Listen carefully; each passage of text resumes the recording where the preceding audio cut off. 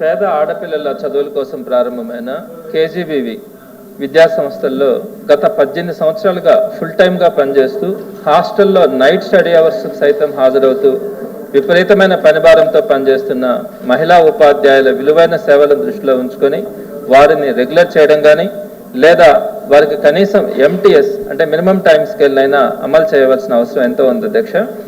గతంలో వారికి ఎంటీఎస్ ఇవ్వడానికి 3 జీవోలను జారీ చేయడం జరిగింది.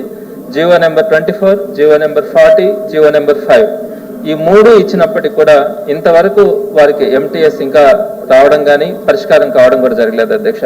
కాబట్టి కేజీబీ వాళ్ళకి ఖచ్చితంగా ఎంటీఎస్ ఇవ్వాల్సిందిగా ప్రభుత్వాన్ని కోరుతున్నాను. అలానే సమగ్ర శిక్ష ద్వారా పాఠశాలల్లో గత 15 సంవత్సరాలుగా పనిచేస్తున్న పార్ట్ టైం ఇన్స్ట్రక్టర్స్ పాఠశాలల్లో వాళ్ళు ఫుల్ టైం సర్వీస్ని చేస్తూ ఉన్నారు. వారికి వొకేషనల్ టీచర్స్ హోదాని ఇవ్వడంతో పాటు వారు చేస్తున్నటువంటి సేవలను దృష్టిలో ఉంచుకొని ఎంటీఎస్ను తప్పనిసరిగా వారికి ఇవ్వాల్సిందిగా ప్రభుత్వాన్ని మీ ద్వారా కోరుతున్నాను అధ్యక్ష. శ్రీదేవి శరన్నవరాత్రి మహోత్సవ ఆహ్వానము సెప్టెంబర్ 22వ తేదీ నుండి అక్టోబర్ 3వ తేదీ వరకు శ్రీ కన్యకా పరమేశ్వరి దేవస్థానము, స్టోన్ హౌస్ పేట, నెల్లూరు.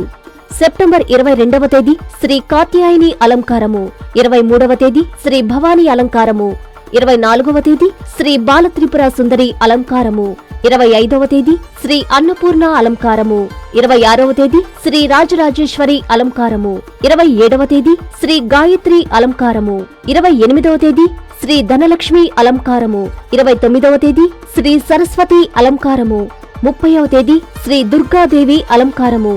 అక్టోబర్ 1వ తేదీ మహర్నవమి, ఉదయం 9 గంటలకు కన్య పూజ.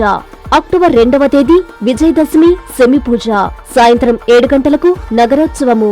అక్టోబర్ 3వ తేదీ వసంతోత్సవము, సాయంత్రం 6 గంటలకు దర్బారు అలంకారము. ప్రతిరోజు సాయంత్రం సాంస్కృతిక కార్యక్రమాలు కలవు.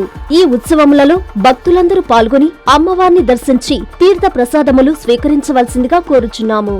ఇట్లు శ్రీ వాసవి కన్యకా పరమేశ్వరి దేవస్థానం ఆలయ ధర్మకర్తల మండలి, నెల్లూరు.